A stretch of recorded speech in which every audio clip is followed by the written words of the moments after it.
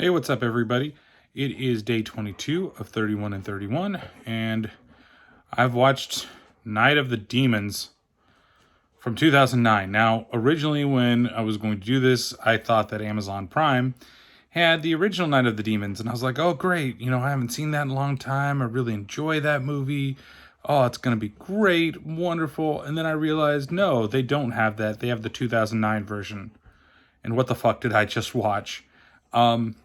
So the upside of this is that it's definitely in the so bad it's good category of films that are out there. And the downside of it is that it just kind of shits all over the original movie, trying to do something a little bit different and trying to add in just a little bit extra. And I don't know if it necessarily works.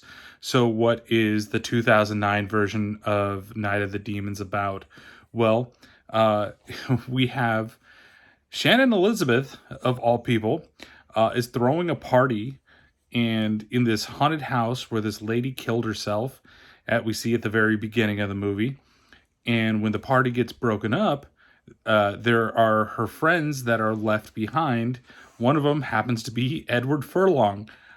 I can't believe that he was in this movie, for one. And two, actually, he's probably my favorite character in this version of the movie. So they're stuck in the house and they go into the basement looking for his drugs. And Shannon Elizabeth gets bitten by a skeleton down there after she tries to, gank his gold tooth from the mouth. And then chaos ensues when everybody starts becoming and turning into demons. And like, this is one of those weird movies where they really went all out. It definitely feels 2009 with the so fucking extreme type of things. And these people, oh yeah, dude, yeah, bro. And then, the demons themselves, there's one that stands out.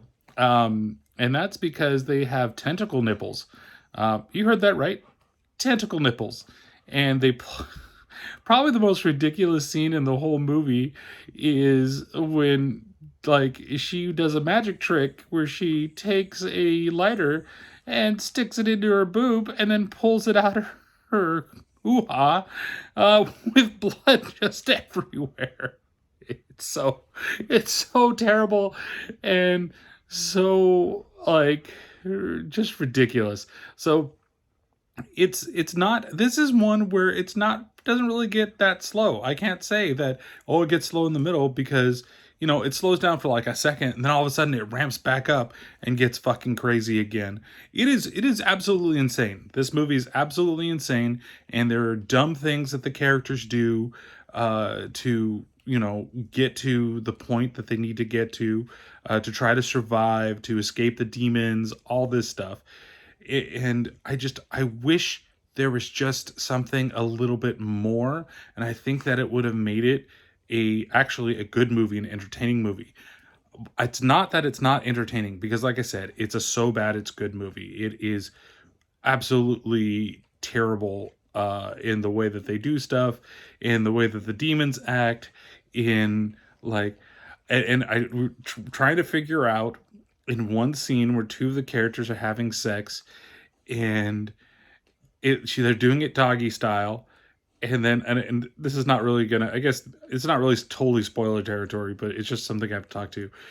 And they're doing it, and then he turns into a demon, and then he I guess pulls out for a second, and then he puts it in. And she's like, you can't go in that hole without protect. And then she turns into a demon and they fuck. And it makes me think that they were having anal sex and not necessarily pure vaginal sex. And I was like, oh, okay. So you can't put it in the hoo-ha without protection. So you guys were instead doing it up the butt so that way, nothing bad would happen. Yeah, it's absolutely ridiculous. It's actually a lot of fun. I give it a 3 out of 5 nipple tentacles. It's definitely, if you want something to laugh at and you want something that you think you're just going to straight out just enjoy, then this is a fine sequel or reboot of the franchise. I still love the original. The original is a fucking banger. and it's definitely a lot scarier, where this one has the jump scares, but it doesn't have like the psychological scares that I found in the first one to be very enjoyable. So as remakes go, it's bad, but it's definitely entertaining. Definitely. And I like the fact that the characters themselves are pretty realistic in the way they do. There is no like shy girl that wasn't sure she wanted to come to this party and do all this stuff. No, everybody wants to be there. Everybody's getting, they're hammered. Even though exes are there, and there's like a, subplot between our main girl and Edward Furlong's character, and all that stuff. It's just like I said, it falls apart pretty quick. And in the beginning, I was like, "What the fuck am I watching? Like, what is this? Why are they doing these things? What's going on here?"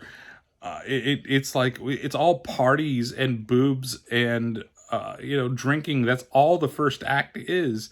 It's so ridiculous, but it's funny and it's very entertaining. I mean, there's even a scene in the beginning where Edward Furlong's character goes to his drug dealer like boss or whatever, and he's talking to him. He's like, "Oh, I'll come back later." He's like, "No, you're gonna talk now." And then they pan the camera away, and he's getting a BJ while he's talking to the guy, and it's just like, it's so ridiculous. I'm like, really, really, this is what this movie has. So yeah, definitely, if you're interested, go out there and watch it, and we'll catch you back tomorrow on another of these 31 and 31 creature features. All right, later.